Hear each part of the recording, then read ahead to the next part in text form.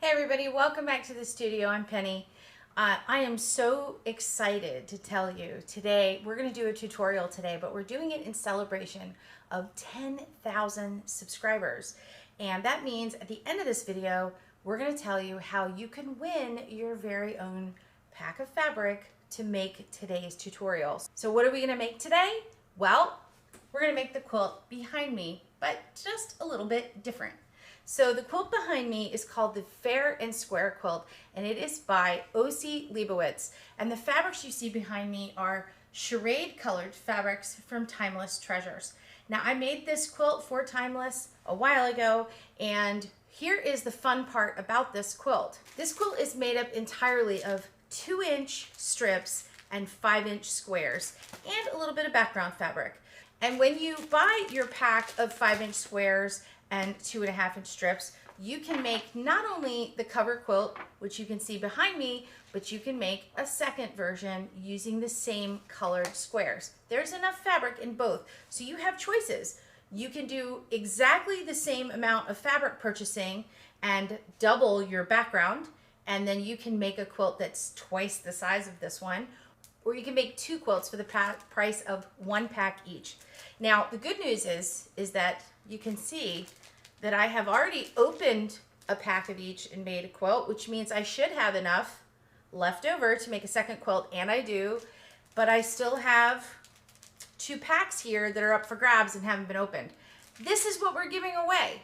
So at the very end of this video, I'm going to tell you how you can win your very own set of 2-inch strips and 5-inch squares, which I will ship to you at no charge. If you want to learn how to make the Fair and Square quilt, well, stick around, we're making another one.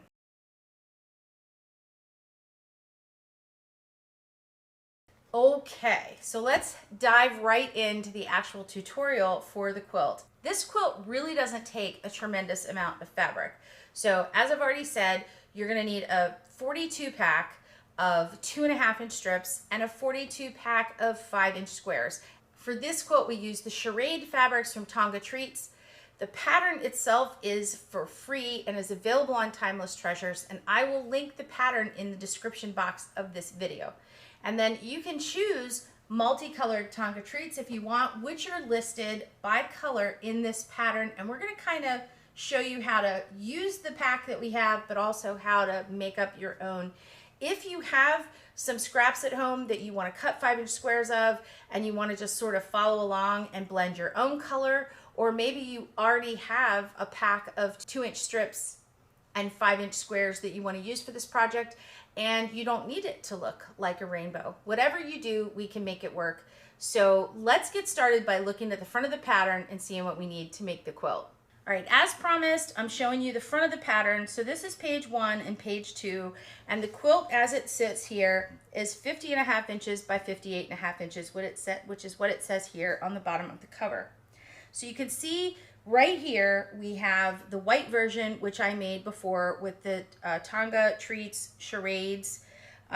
This one is the 2 different colorways, and of course they used air in the background for this fabric and a red for the border. And on this quilt they used also red for the border, but they used the black. Now we're going to do something a little different because I don't have any of this black, but also black was a little rough for me, and I'm going to make something a little different with my cottons. To start out, we're going to read the pattern up top, and for the fabric, it is broken down from the Charade 2.5-inch strips here, and then also from the Charade 5-inch squares, which are below. So we're going to set that aside for right now and just talk about what you need for background. We need 1 3/4 yards of air. It says Tonga Air, which is the white fabric. So whatever your background you choose is going to be 1 3/4 inches.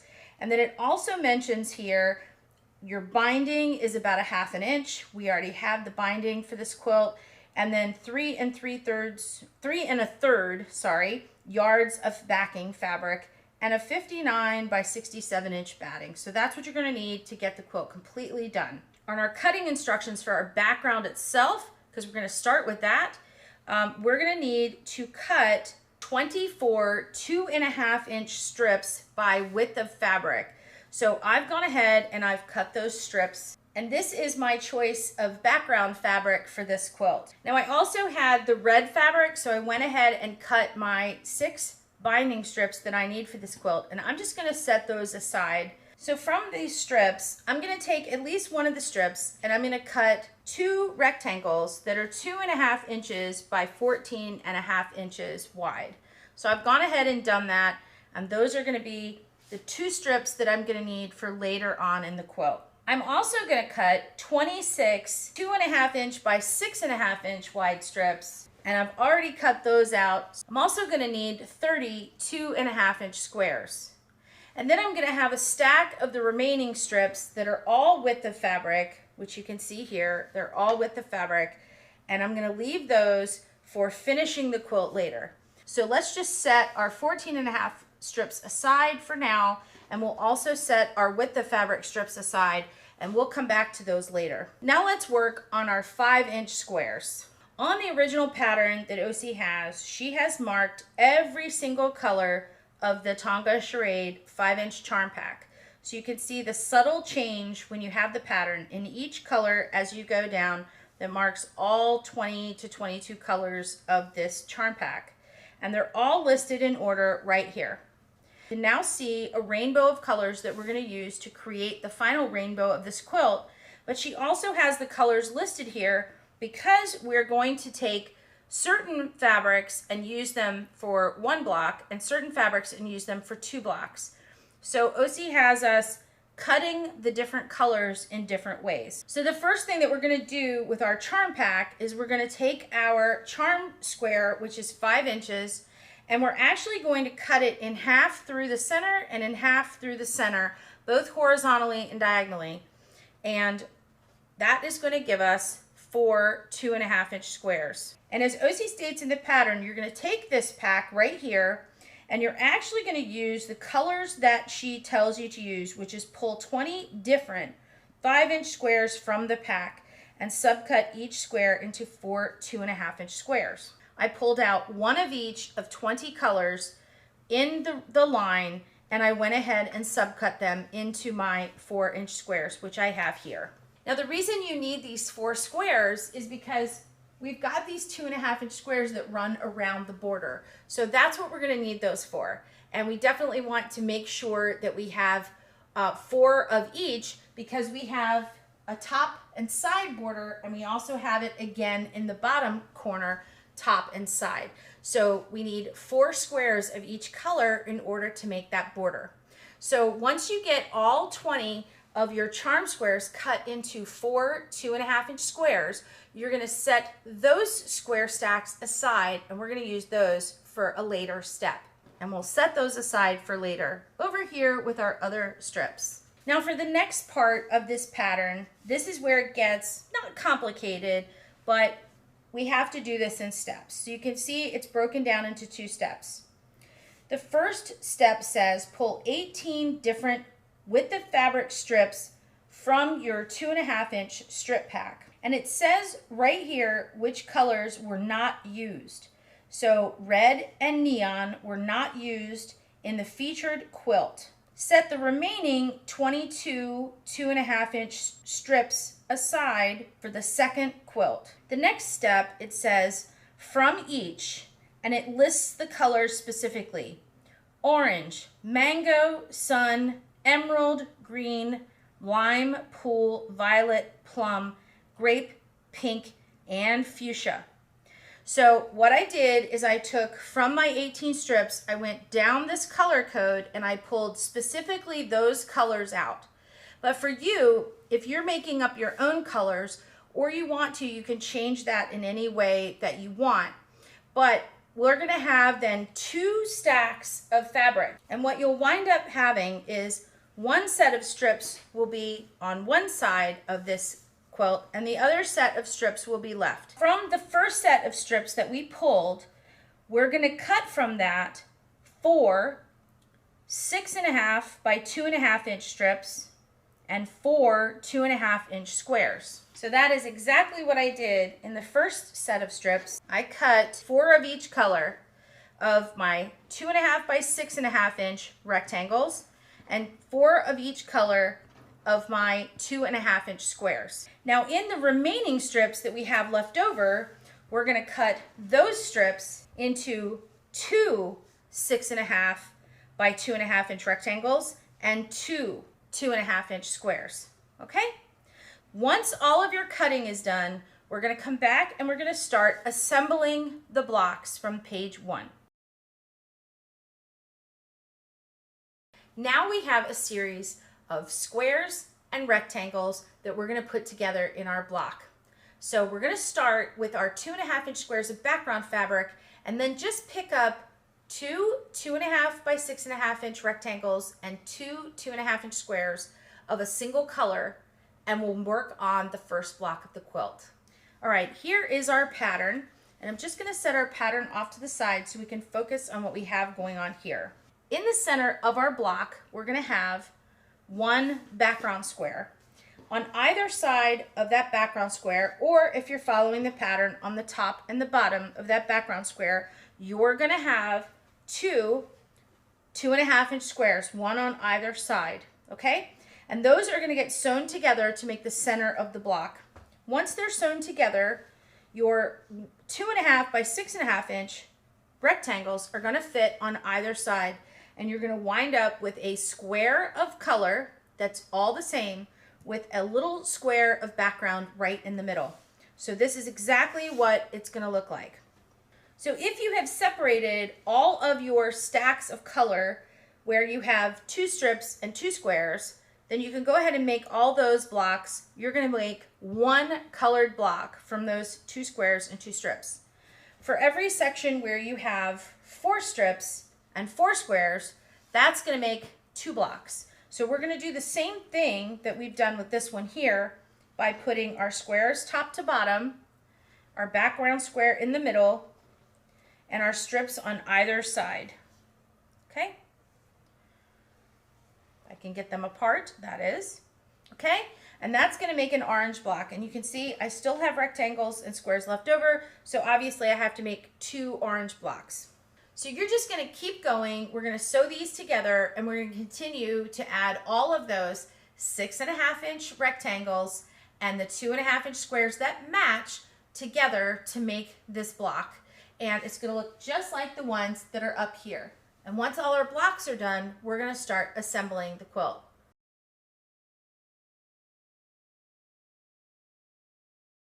Now that we have finished all the blocks, which did not take me long at all, we're going to, step 2 really is to look at the layout of the quilt and to arrange the fabrics or the blocks in the same colorway as arranged on the quilt on the back wall. So in this upper corner, I have one orange block, and then you can see where in order to make the color rows go at a diagonal, I'm gonna need 2, then 3, so the colors actually get mixed up as we go.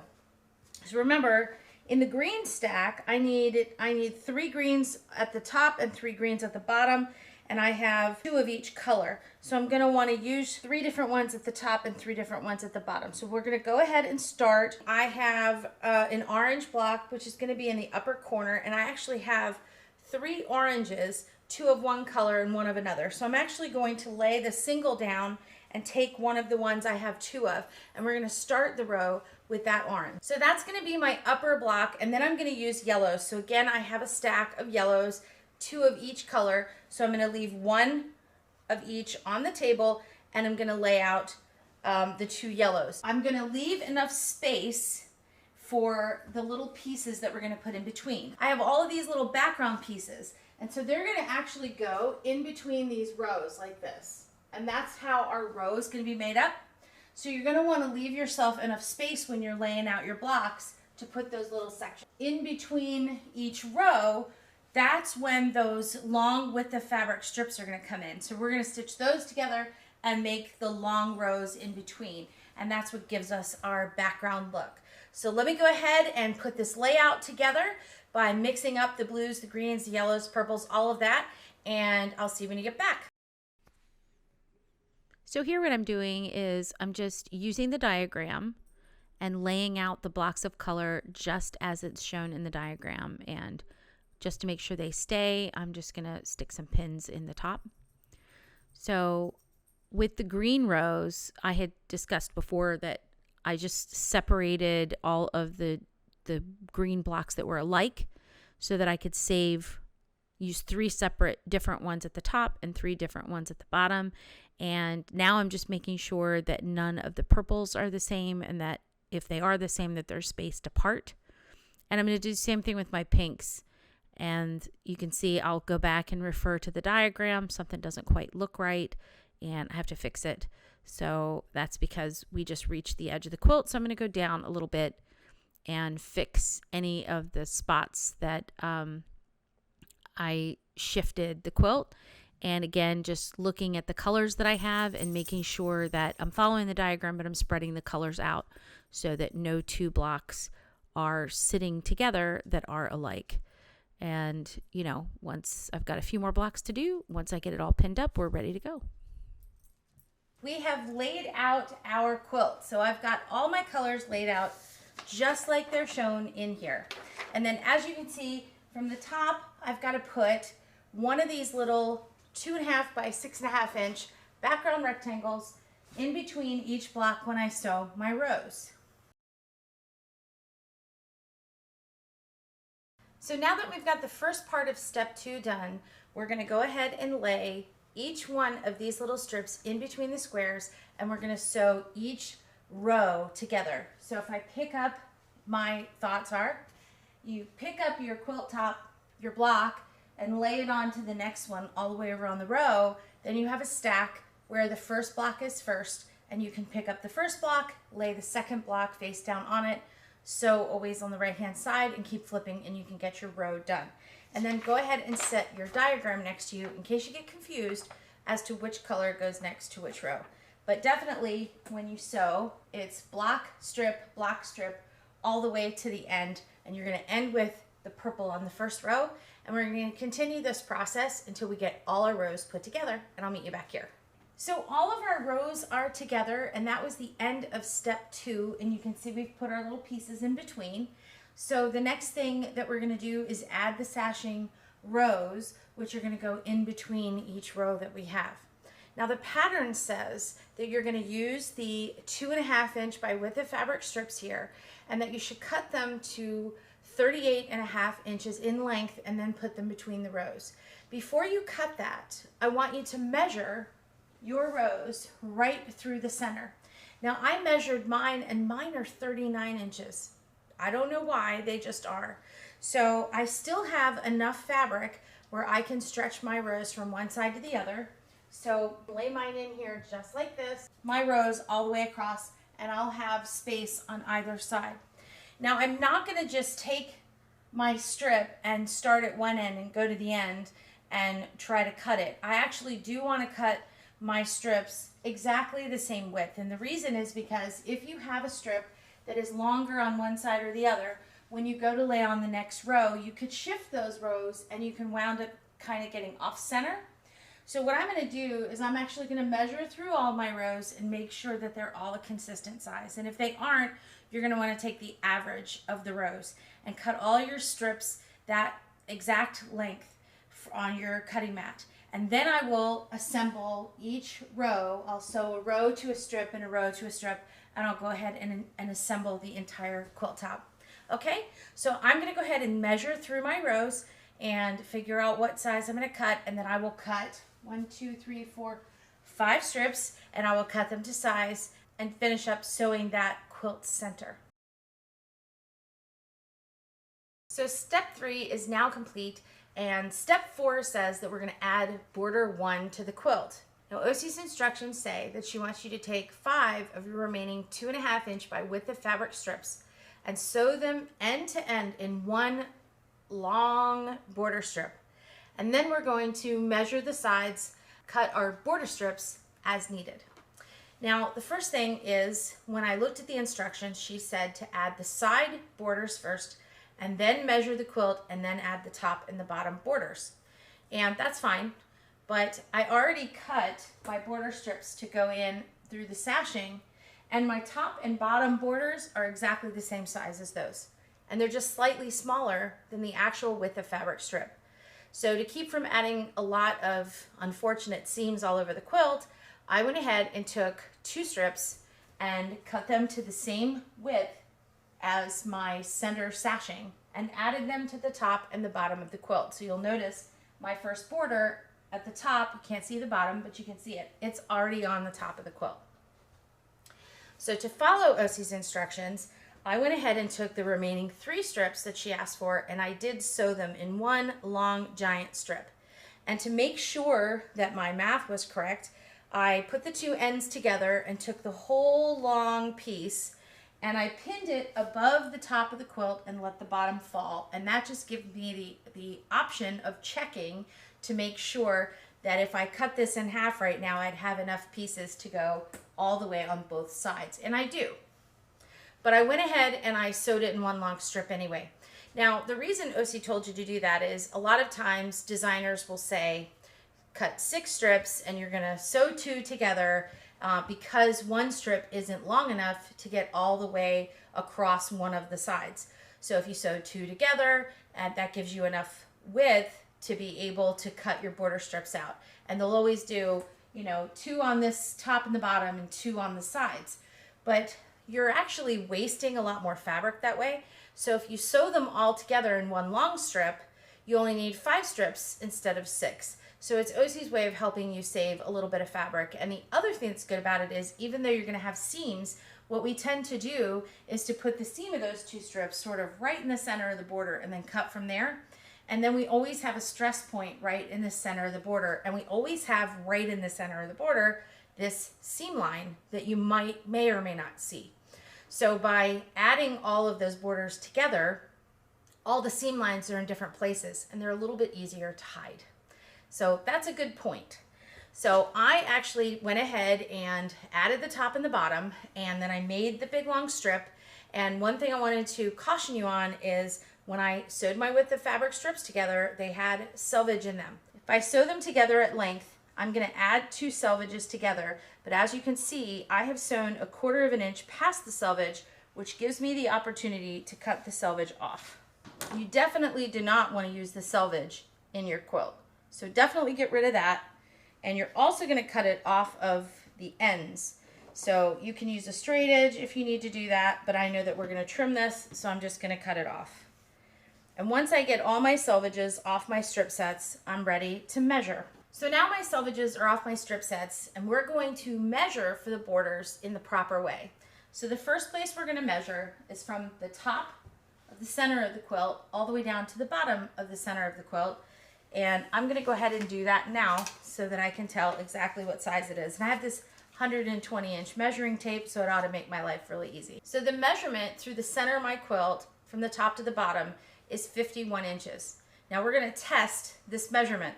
So in addition to measuring through the center of the quilt, I'm actually going to come in about 1/3 of the way on both sides, and I'm going to measure that same measurement again and see if I come up with the same number.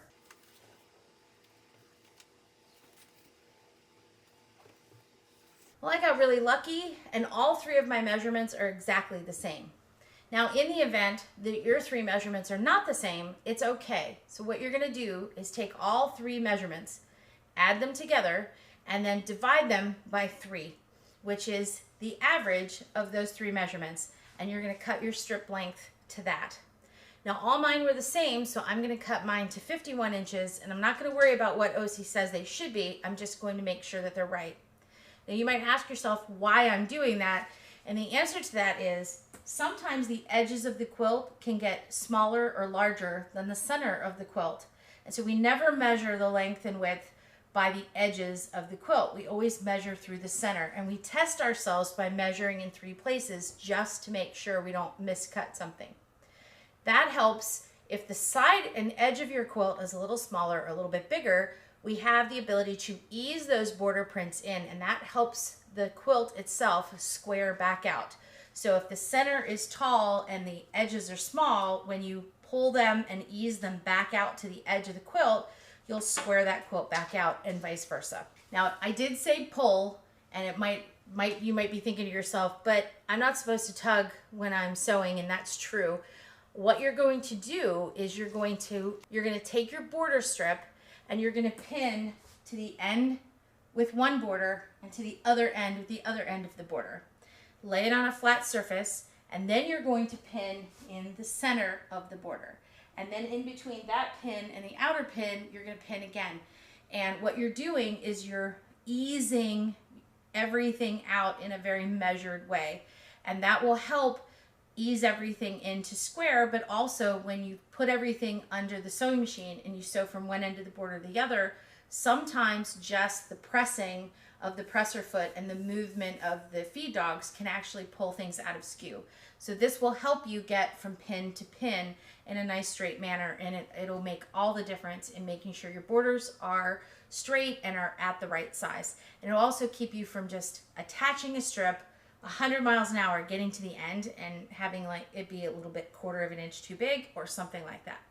So this is how we avoid all those problems, by pinning and easing that in. So I'm going to go ahead and cut 2 strips from this big long thing here that are 51 inches, and then I'm going to pin exactly as I said to you and put that border on the quilt, and then our first border will be done. So we are all the way done through step 5, and we have completely added the first borders on the quilt, and they match perfectly. So we have a nice, all of our sashing is finished. So the next thing we're going to do is add border number 2, and border number 2 is pieced. You remember all these little colored squares? Well, we're going to get to use them next. So first we're going to do 18 squares for the left and the right side, and then we're going to do 20 squares for the top and the bottom.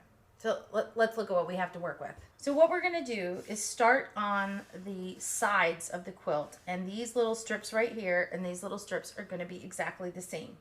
We're going to start with red, and we're going to match all the colors of these 18 squares all the way down the side, and then we're going to add those 14.5 inch background strips to the side with the purple on the bottom, and that's going to give us our side border. So I'm going to use our diagram, and I'm going to match our squares to the diagram.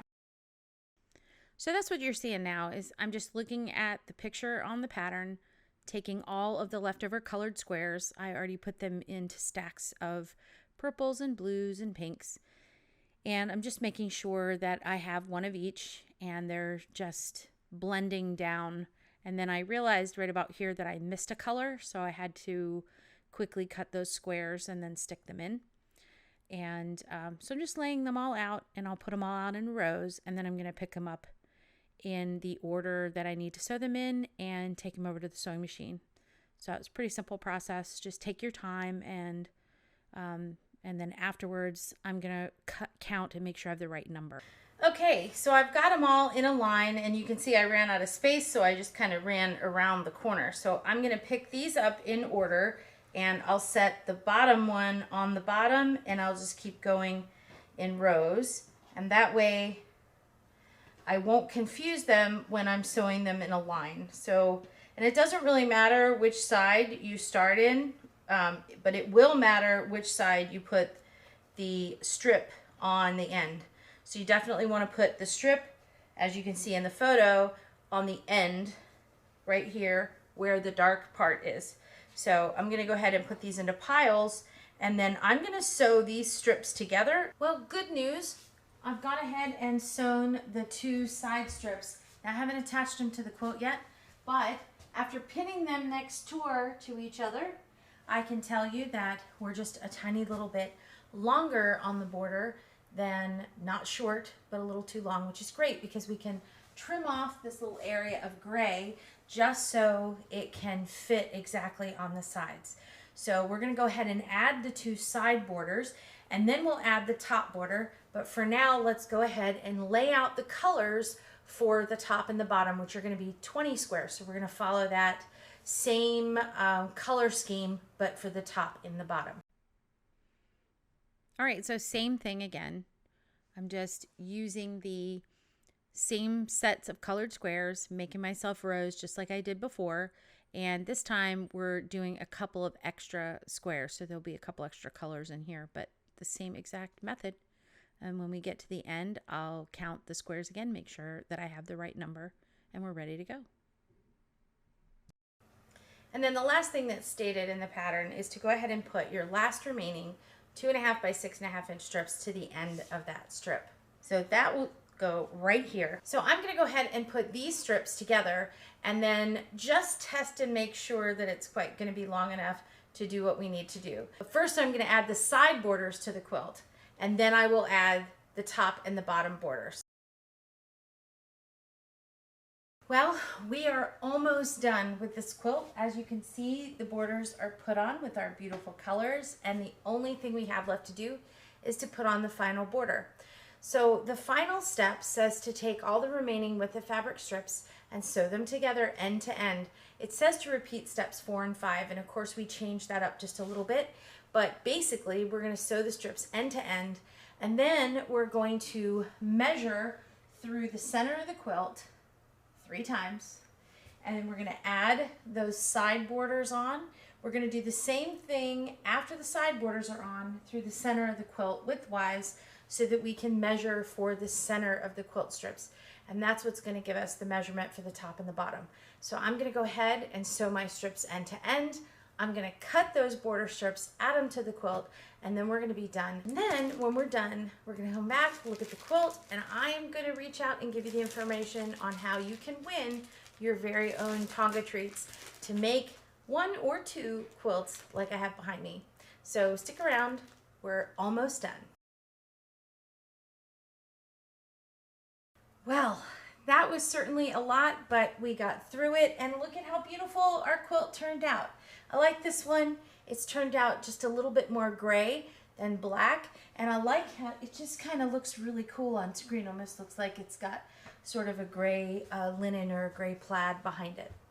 So now I have 2 of these beautiful quilts, and I'm really excited about that, and that brings me to our giveaway.